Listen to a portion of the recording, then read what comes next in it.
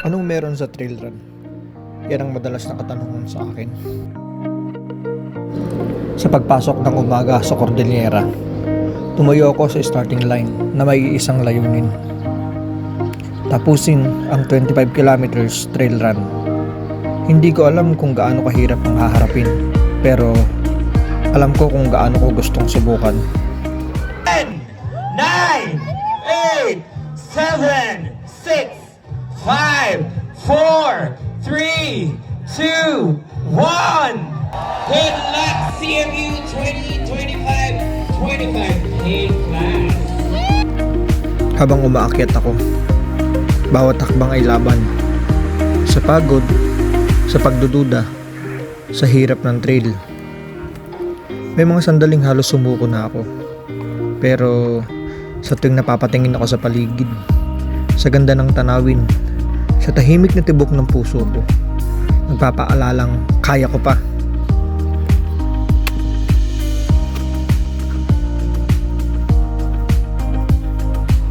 Sa itaas ng bundok, doon ko unang naramdaman, hindi ito simpleng karera. Hindi ito simpleng pagtakbo. Ito ay pagharap sa sarili kong limitasyon.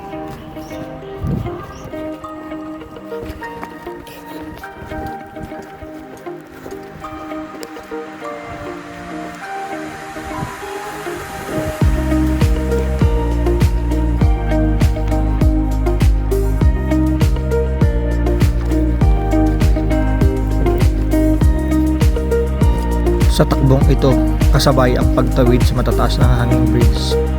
1, 2, 3, number 4, ang 5.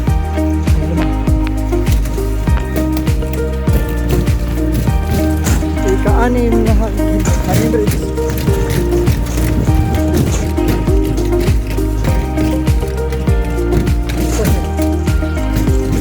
Sa trail ko nahanap ang ako na hindi sumusuko. Sa trail, nawawalang ingay ng mundo. Doon ko mas naririnig ang sarili kong paghinga at tibok ng puso. Tumatak ako sa trail dahil doon ko napatunayan na kahit gaano kahirap ang daan, hanggat tumahakbang ka, may mararating ka.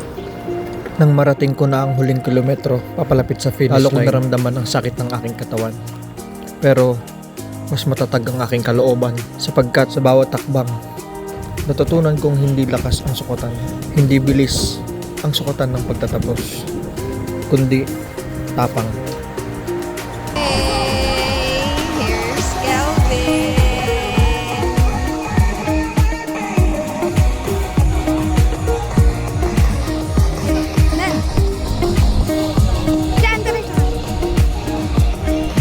Congratulations, Jenny, Dean, Grace, and Kelvin Fred.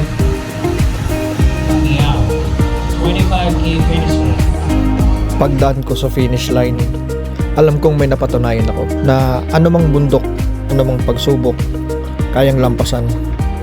Basta't hindi sumusuko ang puso. Ito ang Cordillera Mountain Ultra. Ito ang kwento ng pag-akyat, pagod, at panalong nagsisimula sa lakas ng loob. Ako si runner 25298 at magpapatuloy akong tatakbo. Hindi lang para sa medalya, kundi para tuklasin kung hanggang saan ko kayang dalhin ang sarili. Dahil sa bawat bundok na tinatahak ko, mas nakikilala ko kung sino talaga ako.